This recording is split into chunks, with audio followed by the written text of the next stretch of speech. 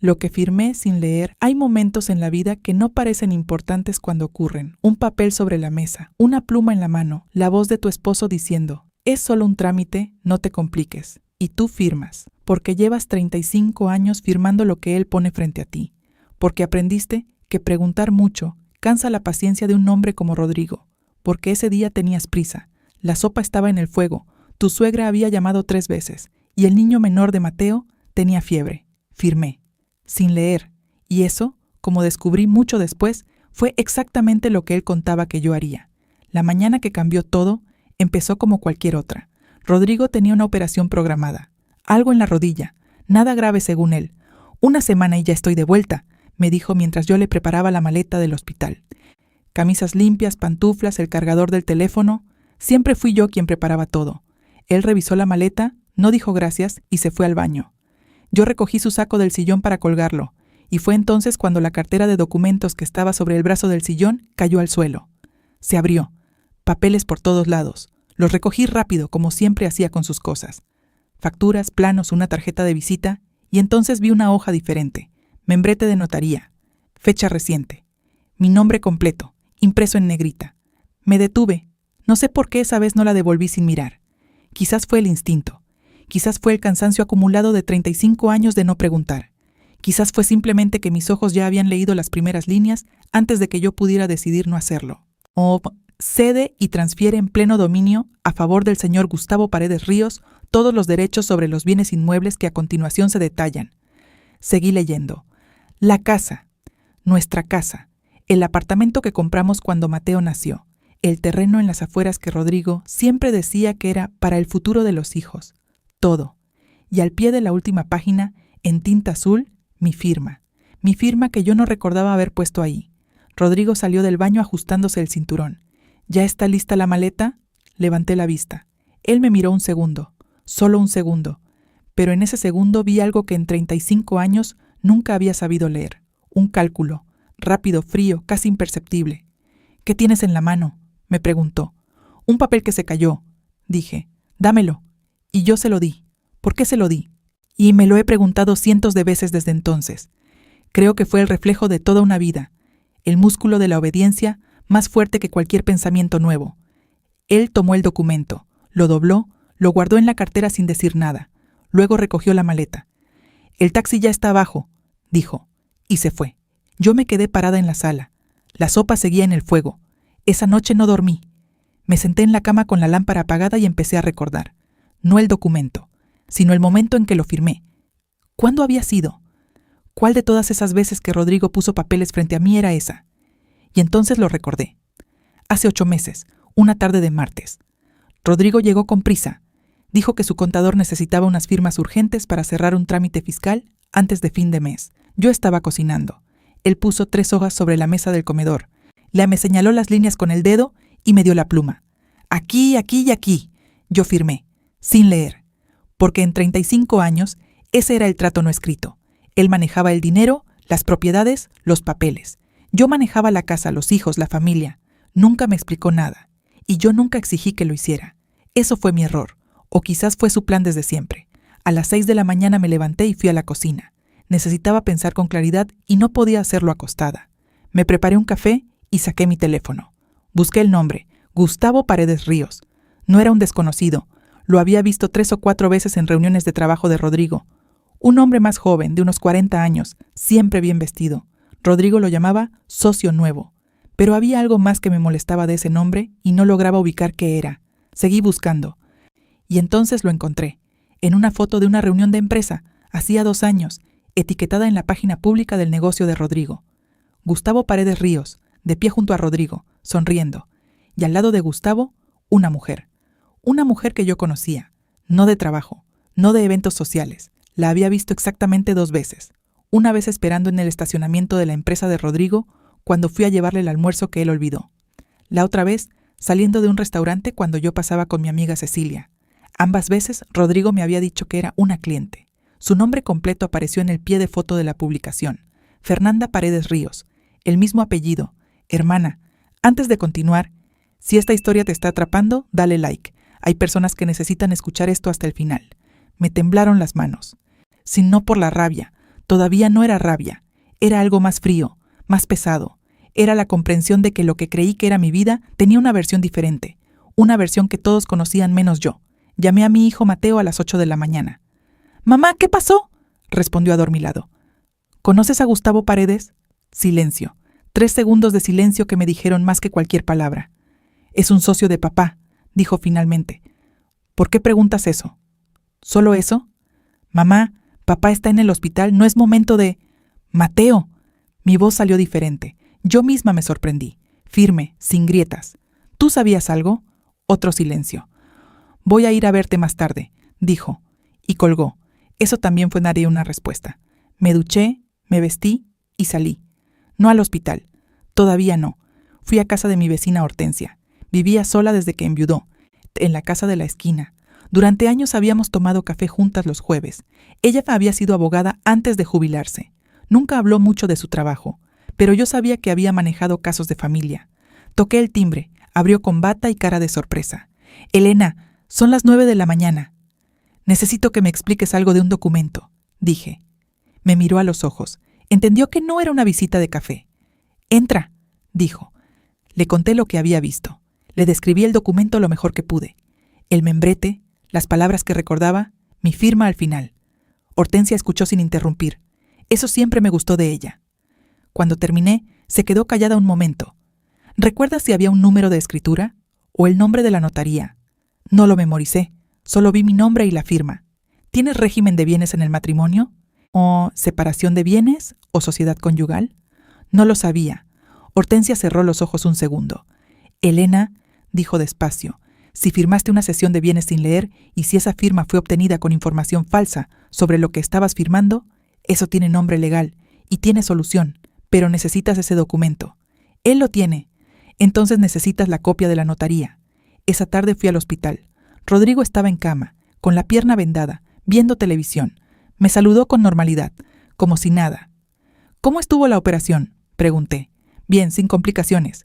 Bajó el volumen. «¿Trajiste las pantuflas de repuesto?».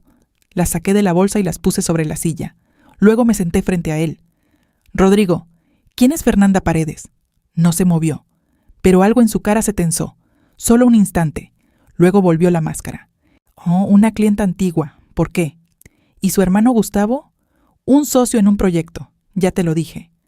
«¿Le cediste nuestras propiedades a través de mí?». Esta vez sí se movió. Se incorporó despacio en la cama y me miró con una expresión que en 35 años aprendí a temer, la de un hombre que siente que está siendo cuestionado en su propio territorio. «No sé de qué estás hablando». «Firmé algo hace 8 meses, un documento notarial. Tú me dijiste que era un trámite fiscal». «Elena», su voz bajó, suave, peligrosamente suave. «Estoy recién operado, no es momento para esto». «Tienes razón», dije. Me levanté, tomé mi bolso. «Cuando salgas del hospital hablamos». Y salí. Pero lo que él no sabía era que mientras hablábamos, yo ya tenía en mi teléfono el nombre completo de la notaría que aparecía en los documentos de su empresa, encontrado esa misma mañana en un contrato antiguo que guardé sin saber por qué. Y al día siguiente, a primera hora, iba a estar parada en esa puerta. Había firmado sin leer. Pero eso no significaba que no pudiera aprender a leer ahora. Esa noche, cuando llegué a casa, había un mensaje de Mateo. «Mamá, necesitamos hablar antes de que hagas algo. En serio». Lo leí 3 veces. «Antes de que hagas algo». No, «¿cómo estás?». No, «¿qué descubriste?». No, «¿en qué te puedo ayudar?».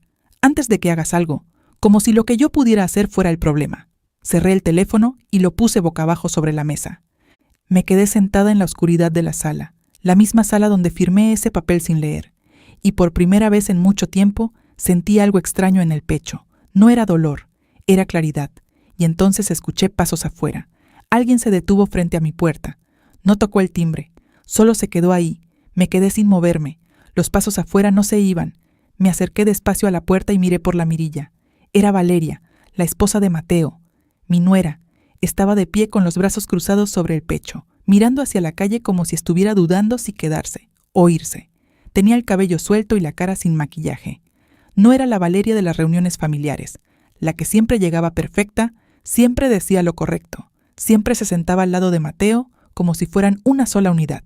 Esta era otra Valeria. Abrí la puerta antes de que tocara. Se sobresaltó. Elena, dijo, y luego no dijo más nada por un momento. Entra, le dije. Entró.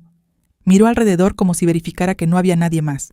Se sentó en el borde del sofá con el bolso todavía en el hombro, lista para irse en cualquier momento. Mateo no sabe que estoy aquí, dijo. Ya imaginé eso. Él me pidió que no te llamara, que esperáramos a que Rodrigo saliera del hospital para hablar todos juntos. Apretó el bolso con los dedos. Pero yo no podía esperar. Me senté frente a ella. ¿Qué sabes, Valeria? Respiró hondo. Sé que Gustavo Paredes no es solo un socio de negocios. Hizo una pausa. Y sé que Mateo lo conoce desde hace más de 3 años. No 2, como dice tu esposo. 3. Porque la primera vez que Mateo lo mencionó en casa fue cuando yo estaba embarazada de Sofía. Sofía ya tiene 3 años y medio. Lo dejé hablar.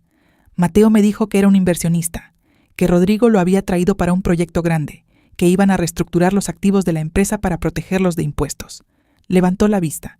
Yo no soy abogada, Elena, pero soy contadora, y cuando escuché esa palabra, reestructurar activos, pregunté detalles. Mateo se molestó.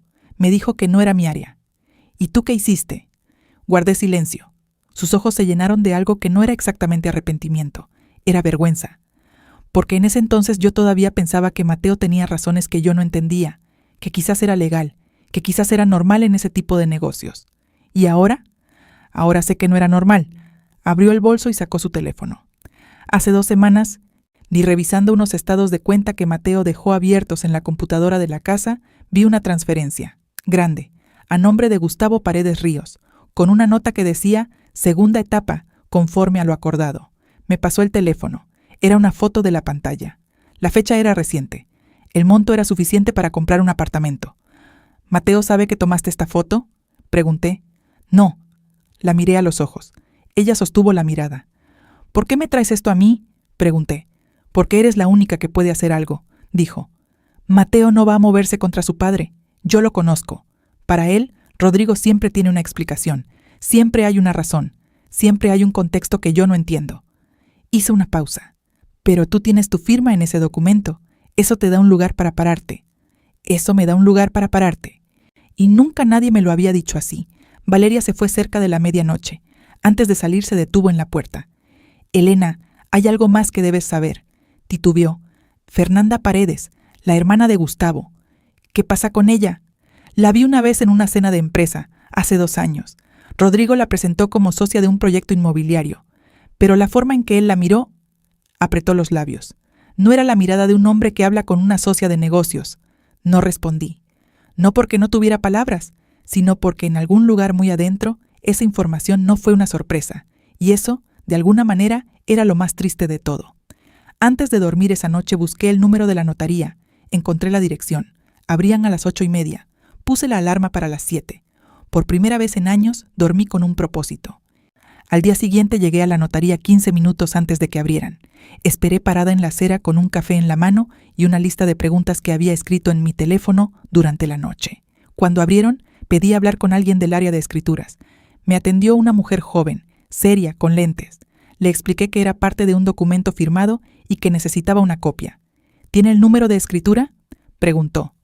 No, pero tengo mi nombre completo, mi número de identificación y una fecha aproximada. Hace 8 meses, entre abril y mayo. Me miró con la expresión cautelosa de alguien que sabe que no todas las historias son simples. ¿Usted firmó voluntariamente el documento? Firmé, pero no me explicaron lo que estaba firmando. Me dijeron que era un trámite fiscal. La mujer entrelazó los dedos sobre el escritorio.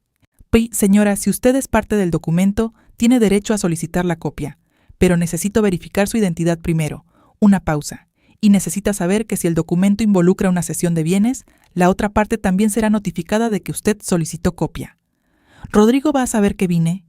Si él figura como la otra parte firmante, sí, es el procedimiento estándar. Lo pensé 2 segundos. Hágalo, dije. Esa misma tarde me llamó Mateo. Mamá. Su voz era tensa, diferente a la del día anterior. Me llamó papá desde el hospital. Dice que fuiste a la notaría. Así es. ¿Por qué hiciste eso sin hablar conmigo primero? Hubo un momento extraño ahí. Yo escuché esa pregunta y algo en mí simplemente se reorganizó. Mateo, soy tu madre. No necesito tu permiso para revisar documentos con mi nombre. Silencio. Yo solo digo que hay formas de manejar esto, dijo. Papá puede explicar todo. El traspaso tiene una razón legal. Hay estructuras empresariales que tú no conoces y que... ¿Tú sabías? Lo interrumpí. Silencio más largo esta vez. Sabía que había un movimiento de activos, dijo finalmente. Pero no sabía que usaban tu firma sin explicarte. ¿No sabías? ¿O no quisiste saber? No respondió. Mateo, ¿cuánto tiempo llevas protegiendo a tu padre? Mamá, no es así. ¿Cuánto tiempo llevas sabiendo que algo no estaba bien y eligiendo no decirme nada? Esto es complicado. No para mí, dije. Para mí es muy simple. Pusieron un papel frente a mí y me mintieron sobre lo que era.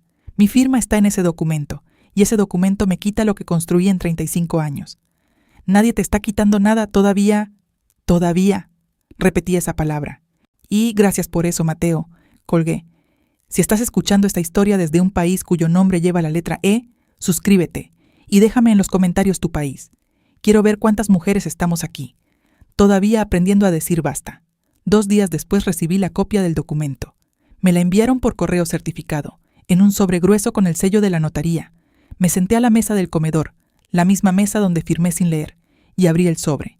Esta vez leí todo, cada línea, cada cláusula, cada nombre. El documento tenía 4 páginas. Transfería en mi nombre, como copropietaria de los bienes, todos los derechos sobre 3 propiedades, la casa donde vivíamos, el apartamento y el terreno. El receptor era Gustavo Paredes Ríos.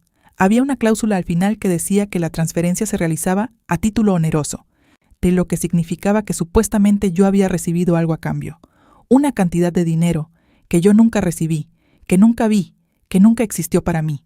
Fui al cuarto, abrí el armario y saqué una caja de cartón que guardaba en el estante de arriba.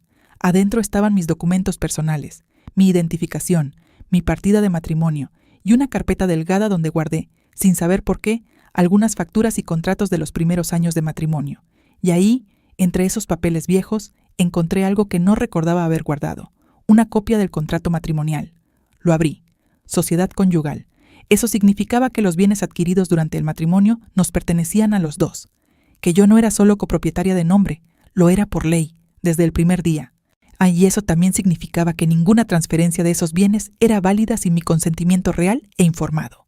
Llamé a Hortensia. «Tengo el documento», le dije. «¿Cuándo puedes venir?» «Ahora mismo». Hortensia leyó el documento 2 veces, lo puso sobre la mesa, se quitó los lentes y entonces dijo algo que cambió todo. «Elena, esto tiene vicios de nulidad, serios». «¿Qué significa eso?»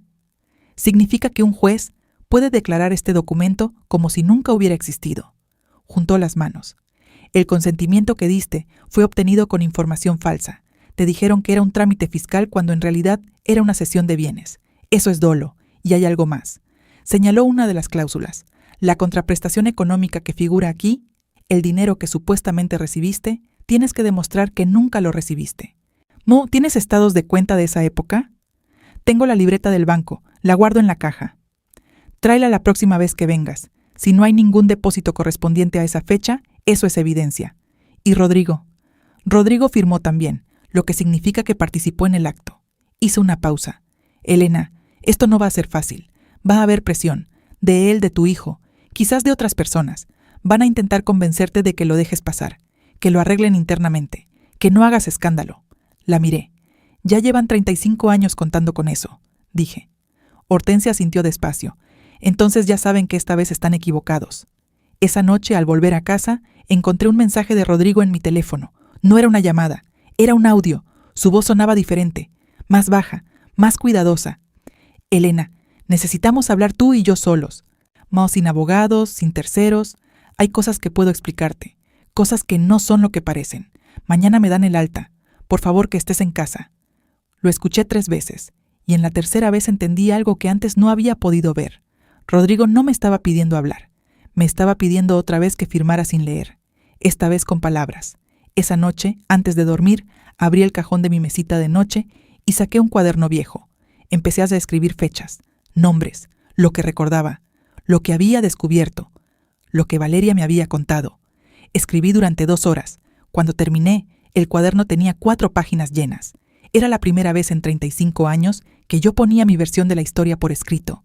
Y entonces sonó el teléfono. No era Rodrigo, no era Mateo, era un número que no reconocí. Lo dejé sonar, pero siguió. No, 3 veces, 4. En la quinta, atendí. Al otro lado hubo un segundo de silencio, y luego una voz de mujer. «¿Señora Elena?», dijo. «No nos conocemos, pero yo sé todo lo que usted está buscando». No respondí de inmediato. El teléfono estaba en mi mano y yo escuchaba la respiración de esa mujer al otro lado. Tranquila, demasiado tranquila para hacer una llamada inocente. «¿Quién es usted?», pregunté. «Me llamo Patricia». Una pausa. Trabajé durante 6 años en la empresa de su esposo, en el área de administración. «¿Y por qué me llama a mí?». «Porque esta semana me enteré de que usted fue a la notaría». Otra pausa. «Y porque yo también tengo documentos». Cerré el cuaderno que tenía en la mano. «¿Qué tipo de documentos?». «Contratos, correos impresos. Un registro de transferencias que yo misma procesé sin saber del todo lo que estaba haciendo». Su voz bajó un poco. «Señora Elena, cuando me pidieron que procesara esas transacciones, me dijeron que eran movimientos internos de la empresa, normales, pero después de un tiempo empecé a ver que los montos no cuadraban con ningún proyecto real. Le pregunté a mi jefe directo, me dijeron que no era mi problema. ¿Y usted por qué guardó esos documentos?». «Porque algo me dijo que algún día iban a importar. Las personas que guardan cosas sin saber por qué generalmente tienen razón». «¿Dónde está usted ahora?», pregunté. «En la ciudad. Puedo reunirme con usted cuando quiera». «Mañana», dije, «a las 10, en la cafetería frente al Parque Central». «Ahí estaré», colgué. Me quedé sentada en la cama con el teléfono en la mano y el corazón golpeando más rápido de lo que debería. Eso no era todo. Había algo en la voz de Patricia que no terminaba de acomodarme. No era desconfianza exactamente, era precaución. La misma precaución que debía haber tenido 35 años atrás cuando empecé a firmar cosas sin leer. Esta vez iba a ser diferente. A las 7 de la mañana siguiente recibí un mensaje de Rodrigo. «Me dan el alta a las 11. Necesito que vengas por mí». Lo leí. Lo guardé. No respondí. A las 9:30 salí de casa. Patricia era más joven de lo que imaginé por su voz. Tendría unos 38 años. Cabello oscuro recogido, ropa sencilla. Estaba sentada en una mesa del fondo con un café que no había tocado. Me vio entrar y se puso de pie. «Señora Elena, siéntate, por favor». Nos sentamos. El mesero se acercó. Pedí agua. Necesitaba tener la cabeza fría. «Cuéntame desde el principio», dije. Patricia empezó a hablar. Había entrado a trabajar en la empresa de Rodrigo hacía 7 años como asistente contable. Durante el primer año todo fue normal, pero al segundo año la cambiaron de área sin explicación. La pusieron a trabajar directamente con un supervisor, que respondía solo ante Rodrigo y ante Mateo. Esa palabra me golpeó. «Mateo, ¿mi hijo supervisaba ese departamento?», pregunté. «No directamente, pero él era quien autorizaba ciertos movimientos. Había transacciones que necesitaban su firma, además de la de su esposo». Me miró con cuidado. «¿Usted no sabía que Mateo tenía ese nivel de acceso?». «Mi hijo me dijo que era gerente de proyectos». Lo era, pero también era parte del proceso de aprobación de algunas transferencias. Sacó una carpeta de su bolso, delgada, de plástico transparente. «Traje copias. Los originales están guardados en otro lugar». Abrí la carpeta. Eran hojas impresas. Algunas eran correos electrónicos, otras eran comprobantes de transferencias. En varias de ellas aparecía el nombre de Gustavo Paredes como receptor. En algunas, debajo de la línea de autorización, estaba la firma de Mateo. Cerré la carpeta. «¿Por qué saliste de la empresa?», pregunté. «Me pidieron que firmara un documento de confidencialidad hace 3 meses. Cuando pregunté qué cubría exactamente, el tono cambió. Al día siguiente me dijeron que mi contrato no se renovaría. ¿Y guardaste todo esto antes de irte?». «Guardé lo que pude». Sus manos rodearon la taza de café. «Señora Elena, yo no quiero hacerle daño a nadie, pero tampoco voy a cargar con algo que no fue mío». La miré. No vi a alguien que buscaba venganza. Vi a alguien que también había firmado cosas sin entenderlas del todo y que también estaba buscando un lugar donde pararse. «¿Estarías dispuesta a hablar con una abogada?», pregunté. «Sí, esta tarde si puedes», asintió. Le escribí a Hortensia por debajo de la mesa mientras Patricia terminaba su café. Esa mañana, Rodrigo llegó a casa en taxi. Lo sé porque me llamó 3 veces entre las 11 y el mediodía. No atendí ninguna. A la 1:30 escuché la llave en la puerta. Estaba sentada en la sala cuando él entró. Caminaba con una muleta, despacio, el pantalón arremangado sobre el vendaje. Me miró. «No fuiste por mí», dijo. «No». Soltó la muleta contra la pared y se sentó en el sillón. El mismo sillón donde estuvo su cartera esa mañana. «Elena, necesitamos hablar como adultos». «Estoy de acuerdo. Lo que firmaste tiene una explicación. Hay una estructura legal que protege los activos de la empresa en caso de demandas o embargos. Gustavo es parte de esa estructura. no es lo que tú estás pensando. ¿Y qué estoy pensando, Rodrigo? Me miró. Que te estoy robando. ¿Y no es eso? No. Su voz subió un poco, solo un poco. Es una protección patrimonial, una figura legal. Los bienes siguen siendo nuestros en la práctica, solo que en papel están en otro nombre para que nadie pueda tocarlos si la empresa tiene problemas. Lo dejé terminar. ¿Y por qué me dijiste que era un trámite fiscal? Porque sabía que si te explicaba todo, ibas a complicarte, a hacer preguntas, a querer hablar con abogados. Y no había tiempo. ¿No había tiempo para explicarle a tu esposa lo que estaba firmando con su propio nombre? Elena. ¿No había tiempo para decirme la verdad? Se quedó callado, pero lo que él no sabía era que yo ya no estaba esperando una respuesta de su parte. Ya no necesitaba que él me explicara. Ya tenía los documentos. Esa tarde fui a casa de Hortensia con Patricia. Las presenté. Hortensia revisó las copias con calma, haciendo preguntas precisas. Patricia respondió todo. Nombres, fechas, montos, procesos. Cuando terminaron, Hortensia se apoyó en el respaldo de la silla. «Elena», dijo, «esto ya no es solo una cesión de bienes con un vicio de nulidad». «¿Qué es entonces?» «Esto tiene forma de un vaciamiento patrimonial sistemático. Lo que describes, con estas transferencias y con ese documento que tú firmaste, te apunta a que se usó tu firma para legalizar un movimiento de bienes que no debió hacerse». Hizo una pausa. «Y si la firma de Mateo aparece en las autorizaciones de transferencia, él no es un testigo inocente». Ese momento duró más de lo que debería. Mateo, mi hijo mayor, el que llamé cuando estaba aprendiendo a caminar, el que me abrazó cuando murió mi madre, el que yo defendí durante años cuando Rodrigo era demasiado duro con él. «¿Qué opciones tengo?», pregunté. Mi voz salió entera. No me lo esperaba. «Tienes dos caminos». Hortensia juntó las manos. 1. Buscas un acuerdo privado, que anulen el documento, que devuelvan los bienes a tu nombre, que todo quede en familia. Ese camino depende de que ellos cooperen. Y si no cooperan, entonces el segundo camino es la vía judicial, demanda de nulidad del acto jurídico. Y dependiendo de lo que se encuentre en el proceso, puede derivar en otras acciones. ¿Cuánto tiempo toma? La vía judicial puede tomar años. ¿Y la primera? Depende de cuánto miedo tengan ellos. Me quedé mirando la carpeta con los documentos de Patricia sobre la mesa. 35 años. 35 años de silencio, de firmar sin leer, de no preguntar, de manejar la casa mientras otro manejaba todo lo demás. Y ahora me estaban diciendo que el camino más rápido dependía de cuánto miedo tuvieran ellos. Quizás era momento de que aprendieran a tener miedo. Antes de continuar, si esta historia te está llegando, compártela con alguien que la necesite escuchar. A veces la historia de otra mujer nos da el valor que nos falta. Esa noche Mateo vino a casa. No llamó antes. Simplemente tocó la puerta a las 8. Abrí, lo miré. Él me miró. Entró y se sentó en el comedor. Igual que siempre, ocupando el espacio como si le perteneciera. Papá me contó que no lo fuiste a buscar al hospital. Así es. Y que fuiste a reunirte con alguien esta tarde. Me detuve. ¿Cómo sabes eso? Un segundo de duda. Casi imperceptible. Papá lo mencionó. Rodrigo estuvo en casa esta mañana. Yo salí al mediodía. No le dije a dónde iba. Mateo no respondió. ¿Me estás siguiendo, Mateo? Mamá, nadie te está siguiendo. Solo estamos preocupados. ¿Quiénes son todos? Silencio. Mateo, tu firma aparece en documentos de transferencia de dinero a Gustavo Paredes. Lo dije despacio. Yo los he visto. Su cara no cambió completamente, pero algo en los ojos sí. Esos documentos son internos de la empresa. Son confidenciales. ¿Quién te los mostró? Eso no importa. Sí importa. Porque si alguien filtró información interna, hay consecuencias legales para esa persona. Me levanté de la silla. «Sal de mi casa, Mateo». «Mamá». «Sal». Se quedó parado un momento. Luego tomó las llaves de la mesa y caminó hacia la puerta. Antes de salir se volvió.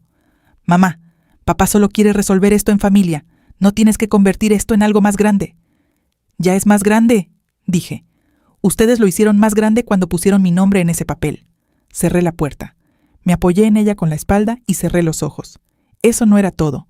Mateo había dicho algo que no cuadraba. Dijo que papá lo mencionó. Pero Rodrigo no sabía dónde había ido yo esa tarde. Yo no se lo dije. Y él estuvo en casa todo el día con su rodilla vendada, lo que significaba que alguien más me había seguido, o que alguien que estuvo en esa reunión le contó. Me quedé muy quieta. Patricia. ¿Podía ser Patricia? ¿O era otra cosa? Fui al cuarto, abrí el cajón y saqué el teléfono de repuesto que usaba antes. Lo cargué. Mientras esperaba, revisé la ventana. La calle estaba tranquila, pero en el carro estacionado frente a la casa, la luz del interior se apagó justo cuando yo me asomé. No me moví de la ventana. El carro seguía ahí, oscuro, motor apagado, pero yo había visto esa luz interior apagarse demasiado rápido, como cuando alguien cierra una puerta despacio para no hacer ruido. Esperé 5 minutos. Nada. Otros 5 minutos. El carro no se movió. Nadie bajó. Nadie subió. Me alejé de la ventana y fui a la cocina. Puse agua a calentar. Necesitaba hacer algo con las manos mientras mi cabeza trabajaba. Revisé mis mensajes. Nada nuevo de Patricia. Nada de Hortensia. Un mensaje de Valeria que decía solo: ¿estás bien? Le respondí: sí, mañana hablamos. Luego me senté con el cuaderno donde había empezado a escribir fechas y nombres. Lo abrí en una página nueva y escribí una sola pregunta en la parte de arriba. ¿Quién más sabe que me estoy moviendo? Debajo fui poniendo nombres. Hortensia. Confiaba en ella completamente. Llevaba años siendo mi vecina y no tenía ningún vínculo con Rodrigo ni con su empresa. Patricia. Ahí me detuve. No la conocía. Ella me había llamado primero. Yo no la busqué. ¿Por qué me llamó ahora, justo después de que fui a la notaría? Podía ser exactamente lo que decía, una ex empleada que guardó documentos por precaución y que vio una oportunidad para deshacerse de ese peso. O podía ser otra cosa. Valeria. Me había buscado ella. Había venido a mi casa de noche. Sin que Mateo lo supiera, me trajo la foto de la transferencia. Eso no era el movimiento de alguien que quería sabotearme. Rodrigo. Sabía que fui a la notaría. Sabía que tenía el documento. Mateo. Sabía que me había reunido con alguien esa tarde. Lo sabía sin que yo se lo dijera. Cerré el cuaderno. El agua en la olla hervía sola.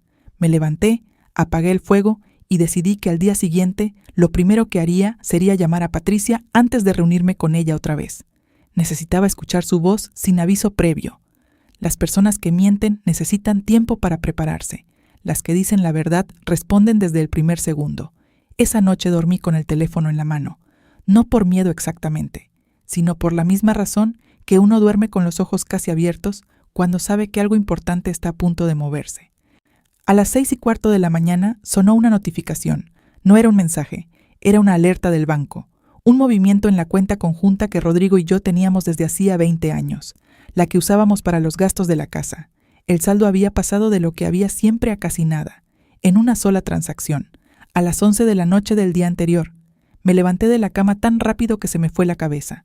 Me apoyé en el borde del colchón, respiré y luego fui directo al teléfono a llamar al banco. La línea de atención me pidió que esperara.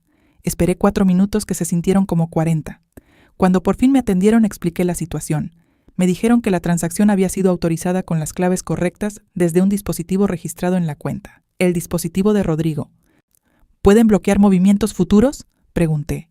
Para bloquear la cuenta conjunta, necesitamos la autorización de ambos titulares, señora. ¿Y si yo reporto una actividad sospechosa? En ese caso se abre una investigación interna que puede tomar entre 5 y 15 días hábiles. 5 a 15 días. Rodrigo lo sabía. Por eso lo hizo de noche. Por eso lo hizo rápido. Llamé a Hortensia a las 7 de la mañana. No me importó la hora. Atendió al segundo timbre. Le expliqué lo del banco. Ya esperaba algo así, dijo. No con indiferencia, con la calma de alguien que conoce los movimientos del juego. Cuando una persona siente que va a perder el control, lo primero que hace es mover el dinero. Es casi siempre lo primero. ¿Qué hago? Hoy mismo vas al banco en persona, no por teléfono, en persona. Pides una copia impresa de los movimientos de los últimos 12 meses de todas las cuentas donde aparezca tu nombre. Cuentas conjuntas, cuentas de ahorro, lo que sea. Una pausa. Y después vas a otro banco y abres una cuenta solo a tu nombre, con lo que tengas. ¿Con lo que tenga? Lo que esté en tu bolsillo hoy, Elena. Empieza con eso. Colgué y fui al cuarto a cambiarme. Mientras me vestía, llamé a Patricia. Respondió al primer timbre. Buenos días, dijo. Patricia, necesito preguntarte algo directo. Adelante. Anoche alguien le informó a mi hijo que yo me había reunido contigo. ¿Le dijiste a alguien dónde ibas ayer? Silencio de 3 segundos. Luego, no. Su voz sonó firme pero sin agresión. No le dije a nadie nada. Tengo tanto que perder como usted en esto, señora Elena. Más quizás. Y yo no tengo una casa ni un matrimonio que me respalde. Solo tengo esos documentos. La escuché. Y la creí. Entonces hay alguien más que sabe lo que me estoy moviendo, dije. ¿Revisó su teléfono?, preguntó Patricia. Me quedé quieta. ¿Qué quieres decir? Hay aplicaciones que se instalan en el teléfono y que permiten ver los mensajes, la ubicación, las llamadas. Se instalan en menos de 2 minutos si alguien tiene el teléfono en la mano. Una pausa. ¿Rodrigo tuvo acceso a su teléfono en algún momento de los últimos días? La mañana que se fue al hospital. Yo preparé su maleta. Él estuvo en el baño. El teléfono quedó sobre la cama. No fueron más de 10 minutos. Fui al banco primero. Pedí todo lo que Hortensia me indicó. La cajera me miró con esa expresión de quien no quiere meterse en problemas ajenos, pero tampoco puede negarse. Me imprimieron los estados de cuenta. 4 hojas, doble cara. Los guardé en el bolso sin leerlos ahí. Luego fui a una tienda de teléfonos en el centro. Le expliqué a un muchacho joven lo que sospechaba. Me miró sin juzgarme, lo cual agradecí. Revisó el teléfono durante 20 minutos. Encontró algo. No era exactamente una aplicación visible. Era un perfil de configuración instalado que le daba acceso remoto a la ubicación y a los registros de llamadas. ¿Cuándo se instaló?, pregunté. Revisó la fecha. Hacía exactamente 4 días. La mañana que Rodrigo se fue al hospital. ¿Lo puedes eliminar? Sí. ¿Quiere que lo haga ahora? Espera. Me quedé pensando un momento. Si eliminaba el acceso ahora, Rodrigo sabría que yo lo descubrí y cambiaría su estrategia. Pero si lo dejaba, él seguiría sabiendo cada movimiento que yo hacía. Déjalo por ahora, dije, pero necesito un teléfono nuevo, con un número diferente. El muchacho asintió. Media hora después salí con un teléfono barato, tarjeta prepagada, número nuevo. Solo 3 personas tendrían ese número: Hortensia, Patricia y Valeria. El teléfono viejo lo guardé en el bolso. Seguiría llevándolo. Seguiría moviéndome como si no supiera nada. Que Rodrigo me siguiera rastreando. Que pensara que todavía controlaba el tablero. A las 3 de la tarde me reuní con Hortensia y Patricia en casa de Hortensia. Puse los estados de cuenta sobre la mesa. Los 3 los revisamos línea por línea. Y ahí, entre las transacciones normales de los últimos 12 meses, empezamos a ver el patrón. Retiros en efectivo, regulares, siempre los viernes, siempre el mismo monto, durante 8 meses seguidos. Son los mismos viernes que yo procesaba las transferencias en la empresa, dijo Patricia en voz baja. No era coincidencia. Hortensia tomó una de las hojas y la sostuvo bajo la lámpara, como si pudiera ver algo más dentro del papel. Elena, ¿sabes si Rodrigo tenía otra cuenta bancaria personal? Una que no fuera conjunta contigo. Siempre me dijo que no. La gente que mueve dinero de esta manera casi siempre tiene una cuenta que el cónyuge no conoce. Puso la hoja sobre la mesa. Voy a contactar a un colega que todavía ejerce, especialista en derecho patrimonial. Él puede solicitar al juez el levantamiento del secreto bancario en el contexto de una demanda. ¿Eso es posible? Con la evidencia que tenemos, sí. Me miró. Pero Elena, quiero ser honesta contigo. Cuando presentemos esto, Rodrigo va a responder. Y Mateo también. Y van a decir que Patricia robó documentos confidenciales. Van a decir que yo te estoy manipulando. Van a decir lo que sea necesario para desarmar el caso antes de que llegue a un juez. Lo sé. ¿Estás preparada para eso? Lo pensé. No como una pregunta abstracta. Lo pensé en concreto. Mi hijo mirándome desde el otro lado de una sala. Rodrigo con su voz suave y calculada explicándole a un juez que yo era una mujer confundida. La familia entera tomando partido. Estoy preparada, dije. Esa noche volví a casa y encontré a Rodrigo sentado en la sala. Me esperaba. Tenía la muleta apoyada en el sillón y un vaso de agua en la mano. Estaba tranquilo. Esa calma suya que durante años interpreté como madurez y que ahora reconocía como otra cosa. Control. Siéntate, dijo. Estoy bien de pie. Me miró, evaluó, ajustó. Elena, y voy a ser directo contigo. Dejó el vaso sobre la mesa. Sé que has estado hablando con personas. Sé que tienes el documento de la notaría y sé que Hortensia te está aconsejando. No respondí. Quiero proponerte algo, una solución que nos convenga a los dos. Juntó las manos. Podemos anular el documento, devolver los bienes a nuestra propiedad conjunta, rehacer todo de manera transparente y correcta, sin juicios, sin escándalos, sin destruir a la familia. ¿Y Gustavo Paredes? Gustavo puede quedar fuera del esquema. Ya hablé con él. ¿Ya hablaste con él? Esta mañana. Lo miré. Esta mañana yo estaba en el banco, en la tienda de teléfonos, en casa de Hortensia, y él estaba reorganizando sus fichas. ¿Y Fernanda? Pregunté. Su cara no cambió, pero sus manos sí. Los dedos se apretaron levemente. Fernanda no tiene nada que ver con esto. ¿No tiene nada que ver con esto la mujer cuyo hermano recibió nuestras propiedades? Es una relación de negocios. ¿Solo eso? Elena. Su voz bajó. No conviertas esto en algo que no es. Rodrigo. Me acerqué un paso. Llevas años convirtiéndome en algo que no soy, en alguien que firma sin leer, en alguien que no pregunta, en alguien que no entiende. Hice una pausa. Me subestimaste. Se quedó callado, y en ese silencio vi algo que nunca antes había visto en él. Incertidumbre, no miedo todavía, pero incertidumbre. Mañana hablaré con mi abogado, dije. Si quieres resolver esto de manera privada, el canal es a través de él, no a través de mí. Me fui al cuarto, cerré la puerta con llave, y por primera vez en 35 años dormí en esa cama sintiendo la mía.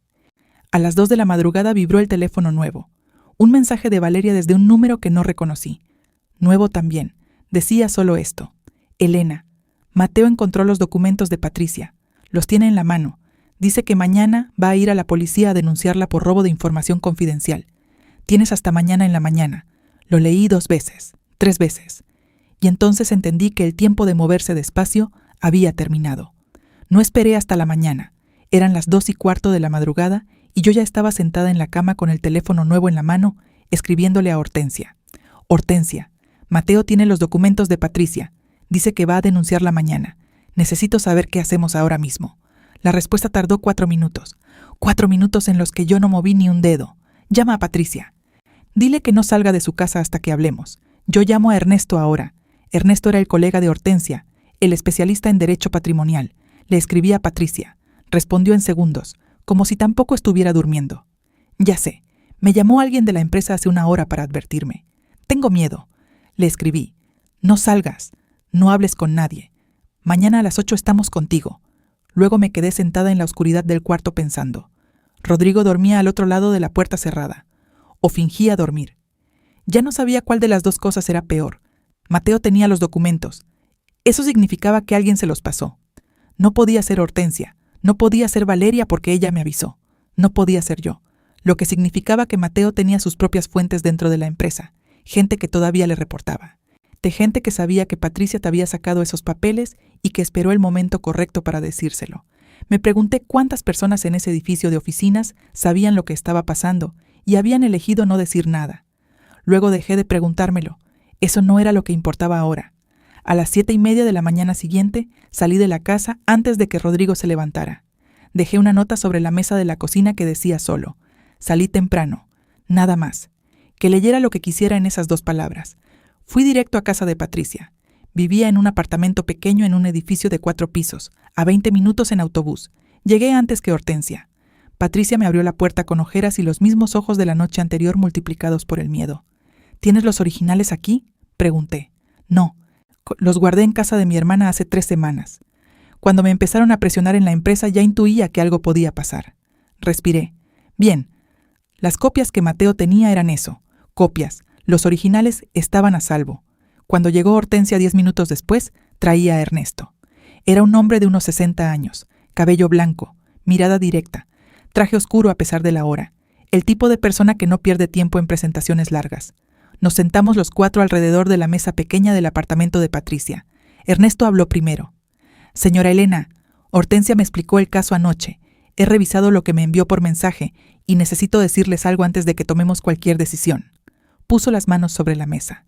Si Mateo presenta una denuncia contra Patricia por robo de información confidencial, pues eso va a intentar desviar la atención del caso principal. Es una táctica. La usan para desgastar, para asustar, para hacer que la otra parte se retire. ¿Funciona?, preguntó Patricia. Funciona cuando la otra parte no tiene nada más que los documentos filtrados. Me miró. Pero aquí hay algo más. Hay una firma obtenida con información falsa. Hay un documento notarial que puede impugnarse. Hay estados de cuenta que muestran un patrón de movimientos. Y hay una relación entre el receptor de los bienes y una tercera persona vinculada al esposo. Hice una pausa. Si nosotros nos movemos primero, la denuncia de Mateo se convierte en ruido de fondo. ¿Movernos cómo?, pregunté. Presentando hoy mismo una demanda de nulidad del acto jurídico por vicio del consentimiento. Sacó una hoja de su maletín. La redacté anoche. Y solo necesito que la revise y me dé el visto bueno para presentarla esta mañana. La miré. Era un documento de 3 páginas, denso, técnico, lleno de términos que yo no entendía del todo. Pero esta vez no firmé sin leer. Esta vez leí cada línea. Le hice 4 preguntas a Ernesto. Las respondió todas sin dudar.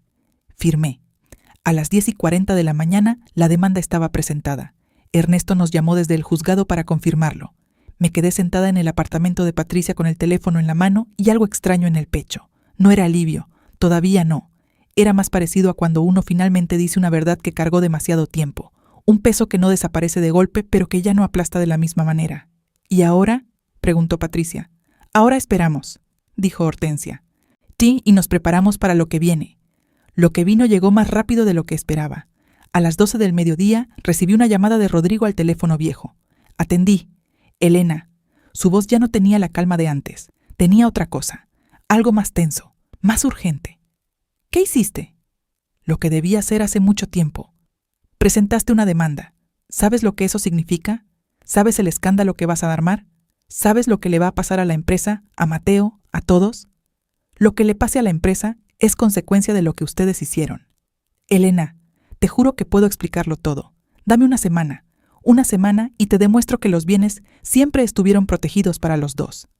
Rodrigo, dime, llevas 35 años explicándome las cosas después de hacerlas, diciéndome que no me preocupe, que no es lo que parece, que firme aquí y aquí y aquí porque tú sabes lo que haces. Mi voz no temblaba, me sorprendió. Esta vez las explicaciones van a ser para el juez. Silencio largo. No me reconozco en ti, dijo finalmente. Yo tampoco me reconocía, respondí, pero eso ya cambió. Colgué. Si el nombre de tu país tiene una E, suscríbete y cuéntame desde dónde me acompañas. A nuestra edad, una comunidad también es una forma de fuerza. Los días siguientes fueron difíciles de una manera diferente. No con golpes grandes, sino con el peso de las cosas pequeñas. Rodrigo seguía en la casa. Yo también. Nos movíamos por los mismos espacios sin casi hablar. Él hacía llamadas en voz baja. Yo escuchaba sin escuchar. Cada uno construyendo su versión del mismo naufragio. Mateo llamó 2 veces. No atendí ninguna. La tercera vez me mandó un mensaje. Mamá, yo nunca quise hacerte daño. Tienes que creerme eso. Lo leí, lo guardé. No respondí, porque quizás era verdad que no quiso hacerme daño. Quizás simplemente eligió no ver el daño que se estaba haciendo. Y a cierta edad, en ciertos casos, esas dos cosas pesan casi igual. Valeria me escribió una mañana desde el teléfono nuevo. ¿Cómo estás? De pie, le respondí. Eso es suficiente por ahora, escribió ella. Sí, era suficiente. 3 semanas después de presentar la demanda, Ernesto nos convocó a una reunión. Habían respondido. El abogado de Rodrigo había enviado un escrito proponiendo una negociación extrajudicial. Querían evitar el juicio, proponían anular el documento, devolver los bienes a la propiedad conjunta y establecer una separación de bienes formal con una división acordada. Ernesto nos lo explicó con cuidado. ¿Para qué significa esto en términos reales?, pregunté. Significa que tienen miedo de lo que puede salir en el proceso de descubrimiento probatorio. Juntó las manos. Cuando un juez ordena el levantamiento del secreto bancario y empieza a revisar los movimientos de los últimos años, pueden aparecer cosas que van más allá de este documento. Ellos lo saben. ¿Y qué me recomendás? Que negocies, pero desde una posición de fuerza. No aceptes la primera oferta y asegúrate de que cualquier acuerdo incluya la vivienda principal a tu nombre de manera exclusiva. Miré a Hortensia. Ella asintió despacio. La negociación tomó 11 días. 11 días de correos entre abogados, de números sobre una mesa, de mi nombre apareciendo en documentos que esta vez yo sí leía, línea por línea, antes de firmar cualquier cosa. El acuerdo final incluía la anulación del documento original. La casa principal quedaba a mi nombre de manera exclusiva. El apartamento se vendería y el dinero se dividiría en partes iguales. El terreno quedaba como parte de los activos de la empresa, pero con una compensación económica a mi favor. No era todo lo que merecía, pero era real, era mío, y estaba escrito en papel que yo había leído. El día que firmé el acuerdo, Ernesto me extendió la mano. Señora Elena, fue un honor. Le estreché la mano. Hortensia me abrazó en silencio cuando salimos a la calle. No lloramos, ninguna de las dos. Creo que las dos ya habíamos llorado suficiente en privado. Rodrigo se fue de la casa un martes por la mañana. Llevó 3 maletas, las mismas que yo le había preparado durante 35 años para sus viajes de negocios. Esta vez no le preparé nada. Él las hizo solo. Bajó las escaleras despacio con la muleta todavía en la mano, las maletas alineadas junto a la puerta. Me miró desde el pasillo. No dijo lo siento, no dijo te quiero, no dijo nada que fuera verdad. Dijo, espero que hayas pensado bien en lo que hiciste. Lo miré. Pensé mejor de lo que pensé en los últimos 35 años. Respondí. Salió. Cerré la puerta. Y me quedé parada en la sala de mi casa. Mi casa. Las paredes iguales de siempre. La luz entrando por la misma ventana de siempre. El olor a café que yo misma había puesto a calentar esa mañana. Todo igual. Y sin embargo completamente diferente. Patricia encontró trabajo nuevo 2 meses después. Nunca llegó a concretarse la denuncia de Mateo. cuando la demanda principal avanzó. Ese movimiento perdió todo sentido y simplemente desapareció. Hortensia y yo seguimos tomando café los jueves. Valeria y Mateo tuvieron meses difíciles. No voy a mentir sobre eso. Mateo tardó mucho tiempo en llamarme de una manera diferente, más humilde, más despojada de todo lo que aprendió de su padre. Un día vino a casa sin avisar. Toqué el timbre, me dijo, porque ya sé que esta es tu casa. Lo hice pasar. Tomamos café. No resolvimos todo en esa tarde. Quizás no se resuelva todo nunca. Pero hubo algo honesto entre los dos por primera vez en mucho tiempo. Eso también vale. Hay cosas que nadie te dice sobre reconstruirse a los 62 años. Nadie te dice que vas a extrañar la versión de tu vida que creías que tenías. No la vida real, sino la imagen de ella.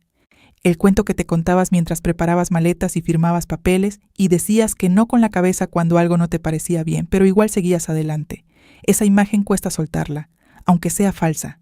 Nadie te dice tampoco que la claridad duele antes de aliviar, que hay mañanas en que te levantás y la casa es tuya y el silencio también es tuyo, y eso debería sentirse como una victoria y a veces se siente solo, como silencio. Pero nadie te dice, tampoco, lo que descubrís del otro lado.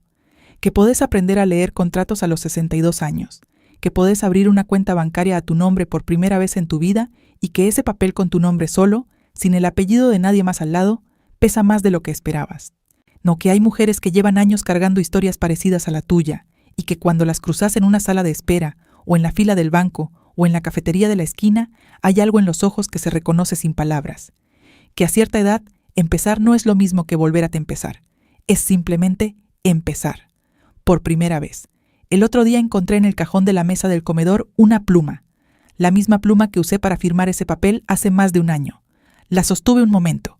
Luego la puse en el cajón otra vez y lo cerré. No la tiré. No porque la necesite, sino para recordar. Para recordar que la misma mano que firmó sin leer, aprendió a leer. Y que nunca es demasiado tarde para eso. Si esta historia te tocó de alguna manera, si reconociste algo, si pensaste en alguien, si sentiste que no estás sola, dale like a este video. Ese pequeño gesto le dice al mundo que estas historias importan y que merecen seguir llegando a más mujeres. Y si todavía no estás suscrita, hazlo ahora. Cada semana hay una historia nueva, una mujer nueva, una verdad nueva, y todas merecen ser escuchadas. Yo seguiré aquí, contando, para que ninguna de nosotras tenga que firmar sin leer nunca más,